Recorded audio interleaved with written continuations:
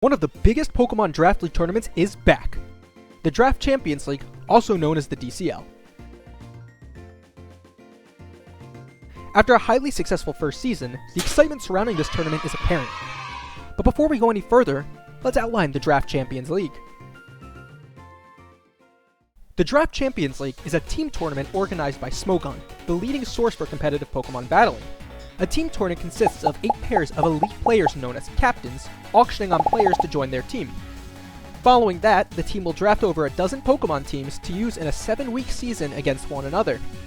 Each week is a best-of-8 series of one-on-one matches in which teams get points based on whether they win, lose, or tie, with the top 4 teams advancing to the playoffs and eventually one team being crowned the champion.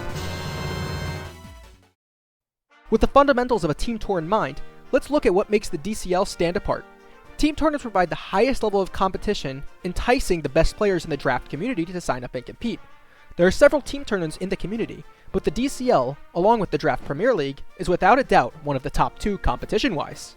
This high level of competition and prestige produces some standout captain cores, so let's take a look at these cores and their accomplishments.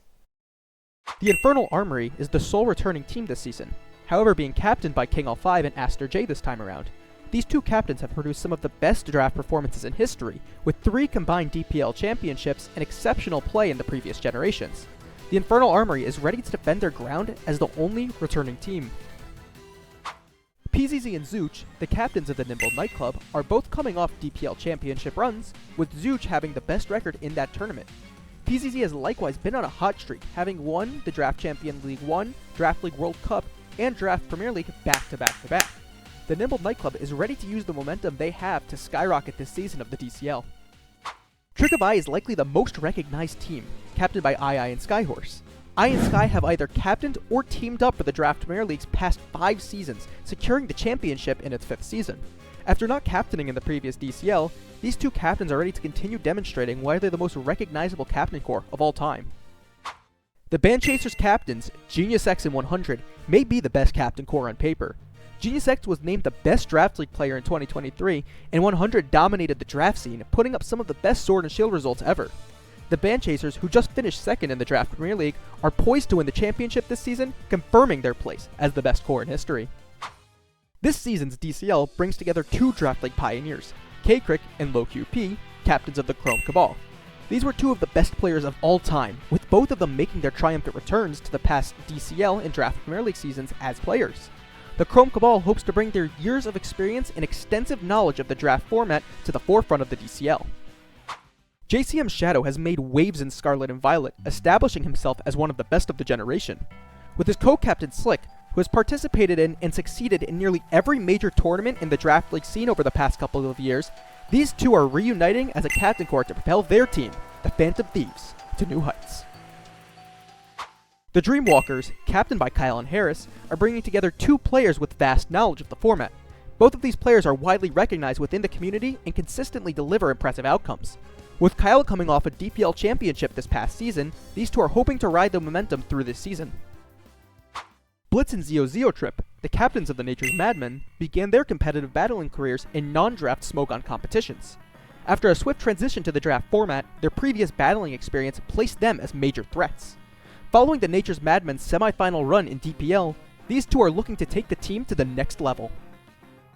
This season in the DCL, each team must draft 4 Scarlet and Violet, 3 Sword and Shield, 3 Ultra Sun Ultra Moon, 3 Omega Ruby Alpha Sapphire, and 3 Scarlet and Violet VGC teams. However, with each generation's metagame moving rapidly, the tiers have to adapt to each season to keep up with the meta. To have a better understanding of the tiering process, I enlisted input from players who had a significant influence on the tiering. The Scarlet and Violet tier, being the newest draft board, was obviously going to undergo the most changes. JCM Shadow, who we've already talked about, had this to say about the board. A common complaint I heard from the Draft League World Cup players was the drafting was a pain because of how overpriced the draft board was. After the Draft Premier League ended, I thought it would be interesting to build my own draft board, mostly from scratch based on my experience with the tier, as well as data from 8-mon tours like the Draft Premier League, Draft Champions League 1, Draft League World Cup, and the Winter Seasonal Tournament. In order to accomplish this, Shadow reduced the price of commonly overpriced Pokemon such as Ogerpon Cornerstone, Alolan Muck, Galarian Moltres, Reuniclus, Terra Necrozma, and Terra Komao, to name a couple. This was because they had seen no action in the 8-mon format, thus giving us little information on their viability. Oh, yeah, you see this guy? Yeah, woof woof woof, yeah, he's gone!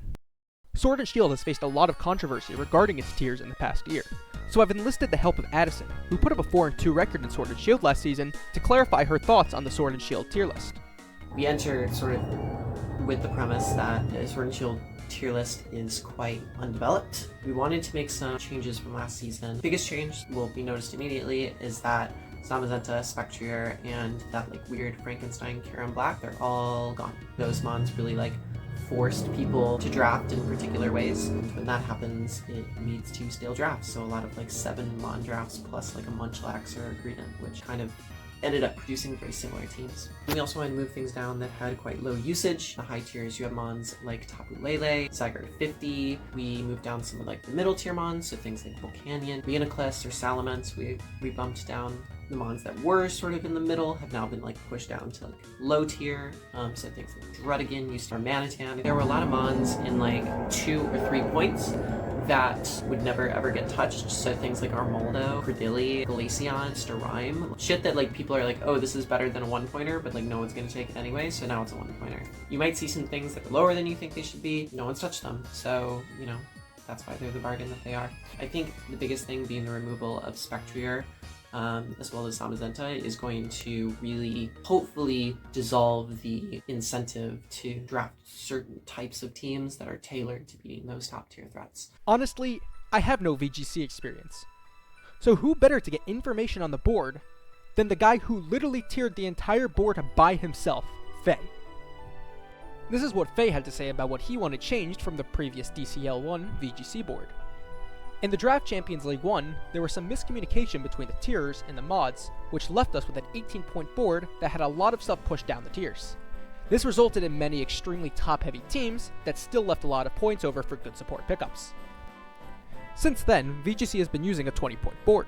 New DLC additions like Whimsicott, Ogerpon Hearthflame, and Ogerpon Wellspring immediately skyrocketed to max points, which also pushed down to previous max point mons such as Iron Hands, Chi-Yu, and Annihilape. The biggest move, however, was Incineroar dropping from 19 to 15. Incineroar dominates in Standard, however it struggles in Draft since its tools are very linear to prep for. Finally, we have Ultra Sun and Moon and Omega Ruby Alpha Sapphire, which I enlisted Hacker for information on since he was a big voice in both of these tiers. I'm lumping these two together because they both have the same theme, reducing the points of underutilized Mega Evolutions to give them a better chance of being drafted.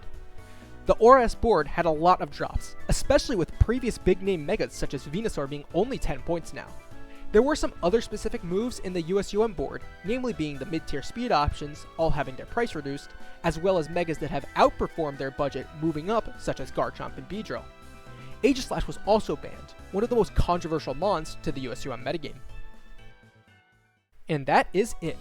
That's all the information you need to know going into this season of the Draft Champions League. A big thanks to Hacker and Cookie, who helped me with the script, making sure I wasn't missing any details. And another big thanks to JCM Shadow, Addison, Hacker again, and Faye for their help with the draft boards. Final shout out goes to the tournament hosts, Thea and Vertigo, because this level of a tour just would not be possible without them.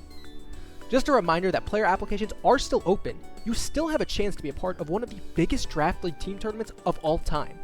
I've left a link to the sign up thread in the description.